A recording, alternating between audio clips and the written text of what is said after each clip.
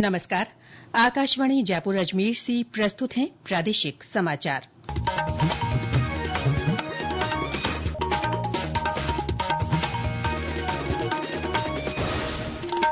मुख्य समाचार।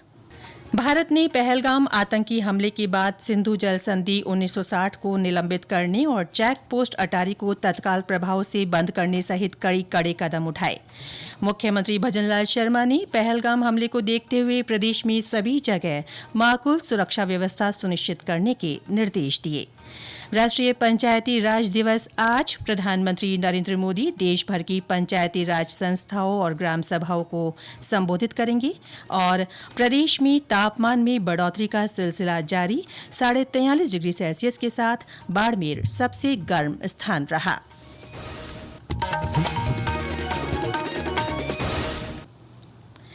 समाचारों के साथ मैं रितिका गुप्ता और अब समाचार विस्तार से।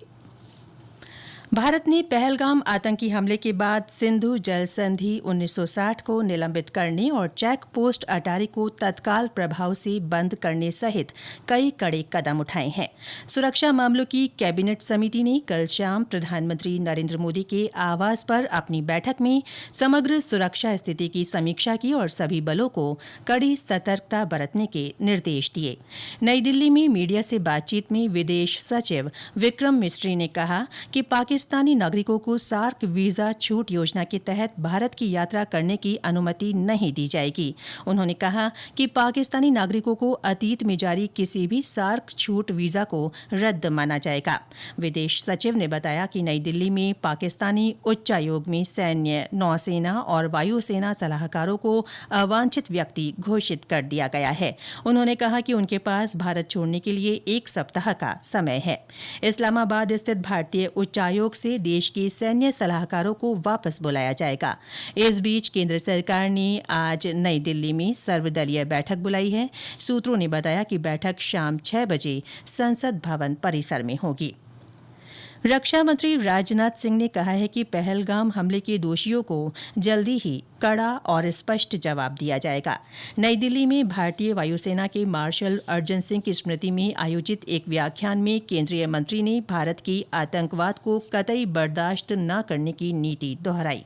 उन्होंने कहा कि सरकार पहलगाम हमले के लिए दोषियों को मुंह तोड़ जवाब देगी। रक्षा मंत्री ने कहा कि इस हमले का मुकाबला करने के लिए सभी आवश्यक कदम उठाए जाएंगे। मैं देशवासियों को आश्वस्त करता हूं, घटना के मद्देनजर भारत सरकार वो हर कदम उठाएगी जो जरूरी और उपयुक्त होगा। और हम सिर्फ उन लोगों तक नहीं पहुंचेंगे जिन्होंने इस घटना को अंजाम दिया है, हम उन तक भी पहुंचेंगे जिन्होंने पर्दे के पीछे बैठकर हिंदुस्तान की सरजमी पर ऐसी नापाक हरकतों की साजिशें रची हैं। भारत एक इतनी पुरानी सभ्यता और इतना बड़ा देश है जिसको ऐसे किसी भी आतंकी गतिविधियों से किसी भी सूरत में डराया नहीं जा सकता। मुख्यमंत्री भजनलाल शर्मा ने प्रदेश में पहलगाम में हुए आतंकी हमले के मद्देनजर सभी जगह माकूल सुरक्षा व्यवस्था सुनिश्चित करने के निर्देश दिए हैं।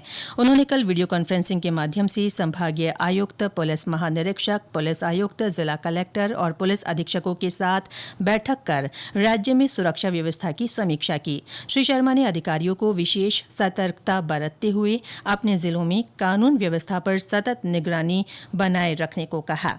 मुख्यमंत्री ने अंतर्राष्ट्रीय सीमा से लगते जिलों में विशेष सजगता बरतने के निर्देश देते हुए कहा कि सीमा पर तैनात सुरक्षा एजेंसियों के साथ लगातार तालमेल बनाते हुए काम करें। मुख्यमंत्री ने सार्वजनिक स्थानों, पर्यटन स्थलों और भीड़ भाड़ वाले क्षेत्रों में पर्याप्त पुलिस जाब्ता तैनात करने के निर्देश दिए। पहलगाम आतंकी हमले में जान गंवाने वाले जयपुर के नीरज उधवानी का आज अंतिम संस्कार किया जाएगा। राज्यपाल हरिभाऊ बागड़े और मुख्यमंत्री भजनलाल शर्मा ने नीरज उधवानी को मॉडल टाउन स्थित उनके घर पहुंचकर श्रद्धांजलि दी। केंद्रीय मंत्री गजेंद्र सिंह शेखावत, उप मुख्यमंत्री दिया कुमारी और डॉक्टर प्रेमचंद बैरवा सहित कई जनप्रतिनिधि तथा पूर्व मुख्यमंत्री अशोक गहलोत और कांग्रेस के कई नेता भी वहां मौजूद रहे। इससे पहले कल नीरज की पार्थिव देह के जयपुर एयरपोर्ट पहुंचने पर केंद्रीय पर्यटन मंत्री गजेंद्र सिंह शेखावत, उद्योग मंत्री राज्यवर्धन सिंह राठौड़, संसदीय कार्य मंत्री जोगाराम पटेल और सांसद मंजू शर्मा सहित बड़ी संख्या में जयपुर वासियों ने नम आंखों से उन्हें श्रद्धांजलि अर्पित की। उप मुख्यमंत्री दिया कुमारी आज जयपुर से बाल विवाह मुक्त राजस्थान अभियान का शुभारंभ करेंगी। इस अवसर पर बाल अधिकारिता विभाग की ओर से राज्य स्तरीय कार्यशाला भी रखी गई है। इस बीच अक्षय तृतीया और पीपल पूर्णिमा के अवसर पर संभावित बाल विवाहों की रोकथाम के लिए विभिन्न जिलों में प्रयास किए जा रहे हैं। कई जागरूकता कार्यक्रमों के माध्यम से बाल विवाह रोकने का संदेश दिया जा रहा है। पाली में जिला नियंत्रण कक्ष बनाया गया है, जहां कोई भी बाल विवाह की सूचना दे सकता है। ये समाचार आकाशवाणी जयपुर अजमेर से प्रसारित किए जा रहे हैं। राष्ट्रीय पंचायती राज दिवस के अवसर पर प्रधानमंत्री नरेंद्र मोदी आज बिहार के मधुबनी से देश भर की पंचायती राज संस्थाओं और ग्राम सभाओं को संबोधित करेंगे। ये दिन 1992 के 73वें संविधान संशोधन अधिनियम की वर्षगांठ को चिन्हित करता है, जिसने पंचायतों को ग्रामीण स्थानीय स्वशासन की संस्थाओं के रूप में संवैधानिक दर्जा दिया था। इस अवसर पर प्रधानमंत्री मोदी ग्रामीण विकास, आवास और शहरी मामले, पेट्रोलियम और प्राकृतिक गैस, बिजली, रेलवे और सड़क परिवहन तथा राजमार्ग मंत्रालय से जुड़ी कई बुनियादी ढांचा और कल्याण परियोजनाओं को राष्ट्र को समर्पित करेंगे तथा आधारशिला रखेंगे। 13,500 करोड़ रुपए की इन परियोजनाओं में एलपीजी बॉटलिंग प्लांट, विद्युतीकरण परियोजनाएं, आवास योजनाएं, रेलवे बुनियादी ढांचा और सड़क विकास शामिल है। कार्यक्रम के दौरान प्रधानमंत्री ग्रामीण और शहरी आवास योजना और दीनदयाल अंत्योदय योजना तथा राष्ट्रीय ग्रामीण आजीविका मिशन के तहत वित्तीय सहायता भी वितरित करेंगे। इस अवसर पर प्रधानमंत्री विशेष श्रेणी के राष्ट्रीय पंचायत पुरस्कार 2025 भी प्रदान करेंगे। कुल 6 पंचायतों को पुरस्कृत किया जाएगा। इनमें से 3 का नेतृत्व महिलाओं द्वारा किया जा रहा है। प्रदेश में स्थानीय लोगों की जागरूकता और सरकार के प्रयासों से गांवों और ग्राम पंचायतों की तस्वीर बदली है। राजसमंद जिले की पिपलांत्री पंचायत इसका मजबूत उदाहरण है, जहां पर्यावरण संरक्षण के लिए किए गए प्रयासों की हर जगह सराहना हो रही है। जिले के खनन क्षेत्र में स्थित ग्राम पंचायत पिपलांत्री में पूर्व सरपंच श्याम सुंदर पालीवाल ने बेटी के जन्म पर 111 पौधे लगाने का संकल्प लिया, जिससे न केवल गांव में हरियाली लौटी बल्कि अब यहां का जल स्तर भी बढ़ने लगा है। गांव के मॉडल को देखने के लिए अब देश ही नहीं विदेश से भी मेहमान यहां आने लगे हैं। साथ ही बेटी बचाओ के साथ पर्यावरण संरक्षण का संदेश पूरे देश में फैला है। हाल ही में सुप्रीम कोर्ट के न्यायाधीश BR गवई व संदीप मेहता ने भी गाँव का दौरा कर यहाँ के कार्यों को देखा और पिपलांत्री की यात्रा को तीर्थ यात्रा के समान बताया। पूर्व सरपंच श्याम सुंदर पालीवाल को इन नवाचारों के लिए पद्मश्री से भी सम्मानित किया जा चुका है। दिनेश श्रोत्रिय, आकाशवाणी समाचार, राजसमंद। मुख्यमंत्री भजनलाल शर्मा ने प्रदेशवासियों को राष्ट्रीय पंचायती राज दिवस की बधाई और शुभकामनाएं दी हैं। सोशल मीडिया पोस्ट में उन्होंने कहा कि विकसित राजस्थान के निर्माण के लिए विकसित पंचायत बहुत जरूरी है। प्रदेश में तापमान में लगातार बढ़ोतरी हो रही है, इससे गर्मी का असर बढ़ गया है। पिछले 24 घंटों में 43.6 डिग्री सेल्सियस के साथ बाड़मेर सबसे गर्म स्थान रहा।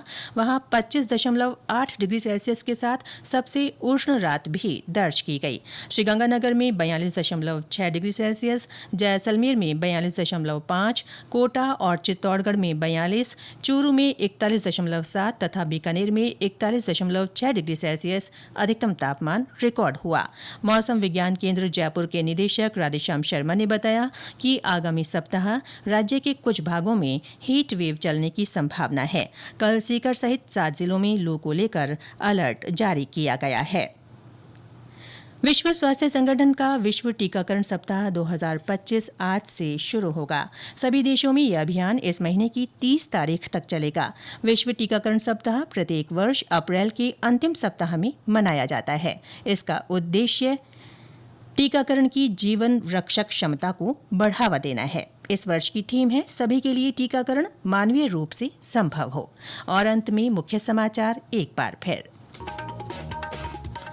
भारत ने पहलगाम आतंकी हमले के बाद सिंधु जल संधि 1960 को निलंबित करने और चेक पोस्ट अटारी को तत्काल प्रभाव से बंद करने सहित कई कड़े कदम उठाए।